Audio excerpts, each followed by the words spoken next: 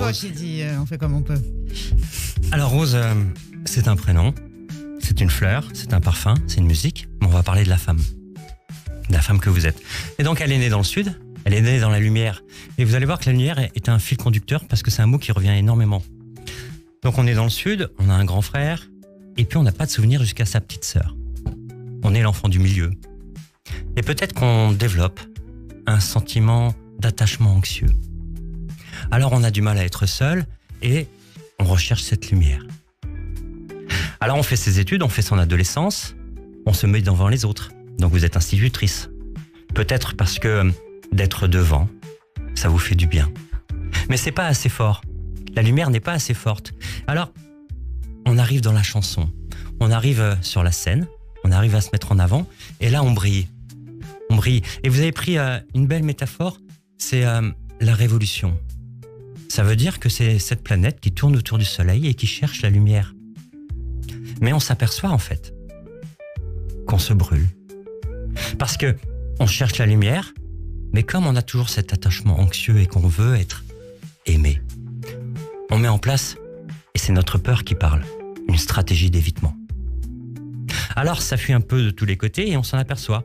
Et on fait des choses parce qu'on évite en fait de se retrouver seul, on évite de se retrouver face à soi-même et de gérer ce qui nous fait du bien et on fait ce qui nous fait du mal.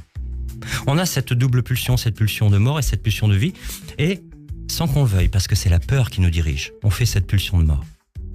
Alors on fait toutes ces choses-là, et au bout d'un moment, on s'aperçoit que notre tête et notre corps ne va plus, qu'il faut qu'on fasse autrement.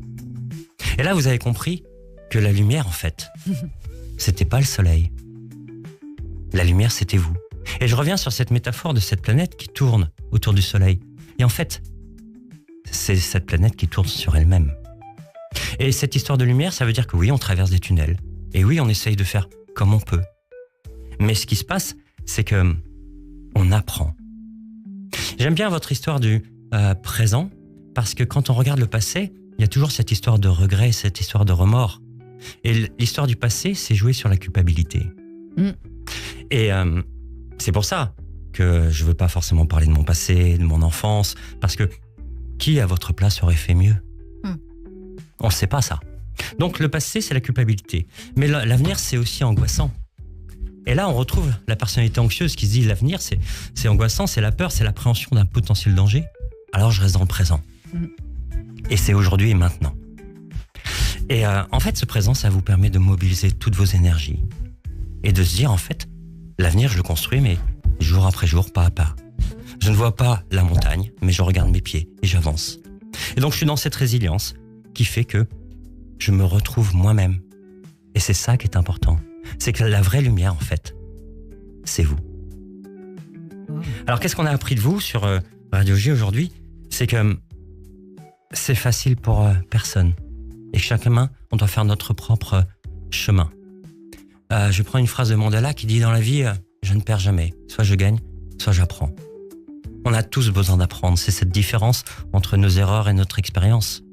Et qui fait que même si on est une rose, il y a des épines, on peut se piquer, mais à chaque printemps, il y a une nouvelle fleur qui peut éclore. Merci beaucoup. Wow. Vous avez lu mon livre. Non, c'est fort. C'est vraiment cette histoire-là, en plus en sachant que Keren, ça veut dire rayon.